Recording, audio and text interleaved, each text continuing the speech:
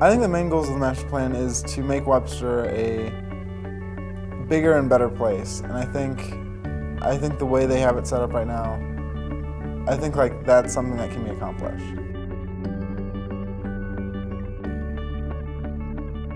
The way I understand it, the plan is to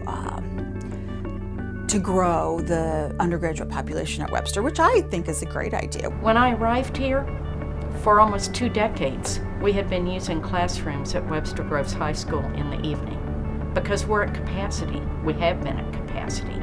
And so to only be able to use, on a rental basis, high school classrooms for evening students because you don't have enough classrooms to go around pretty much signals that you have a need for more buildings. Our choice would have been to limit our program and not grow in terms of faculty, staff, and students, but we didn't want to do that. We really loved the fact that we were very popular and we wanted to keep adding students to the curriculum. That's why you see East Academic Building opening up, which had been planned and contemplated for many, many years. And in my first fall here, the Board of Trustees and I became convinced we needed to break ground and get it built. You know, I haven't been in the business building yet. I'm sure it's a very nice building. I've heard a lot of good things about it, but you know, you can't say it really stands out. I do think Webster has a uniqueness in it's this clash of classical meets modern. Because for me, what I came for is things like the Priest House. Like, I love having class in the Priest House. The Priest House, this house, Thompson House, these old houses, I think a lot of students and faculty and members of the Webster community feel really give the university a part of its identity. And these buildings, and this building in particular, tells them right away, this place is not like every place else. Academically, we need to think more about, well, where are we going to grow and what's that going to mean, not just for space, but for who we are as a university and for the kinds of students we attract and for the experience that we're going to have in the classroom. I have one class in the Pearson House, and I love the classroom. It's very homesy, close-knit sort of what Webster is, and I think that's what needs to be strived for through the master plan, is creating more of these spaces. The idea is we'll need dorms if we have quite a few more undergraduate students and they need somewhere to put them.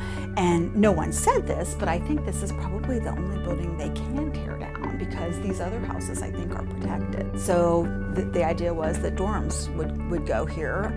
I did ask at that meeting if there were versions of the plan that did not involve tearing down Pearson House, and they said yes.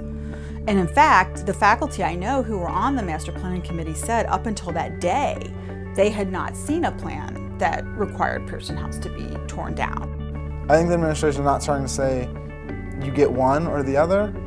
They're open to suggestions and they want to know what you have to say. It's not so much that losing Pearson, but it's losing that classical feel that Pearson has and putting up another building that is not so intimate and close and enjoyable to the students. I certainly am hearing the feedback about Pearson, and I think that it's good to look at the big picture.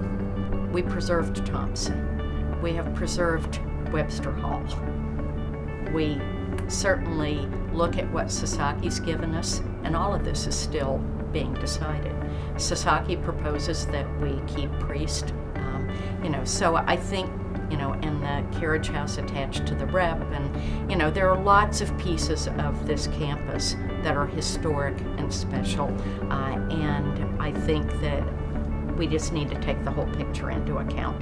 Pearson is a sensitive topic, and I'm hearing those concerns, and we'll listen. I think students definitely should look at the materials on the master plan and give their opinions. I know that, obviously Sasaki, they don't know anything really much about Webster except what we tell them. There's a link on the front page of the Webster University website where you can see the different versions of what they've been proposing to us, this most final version, and you can see a link where faculty, staff, students, and frankly community members as well can post comments to, what do you like about this?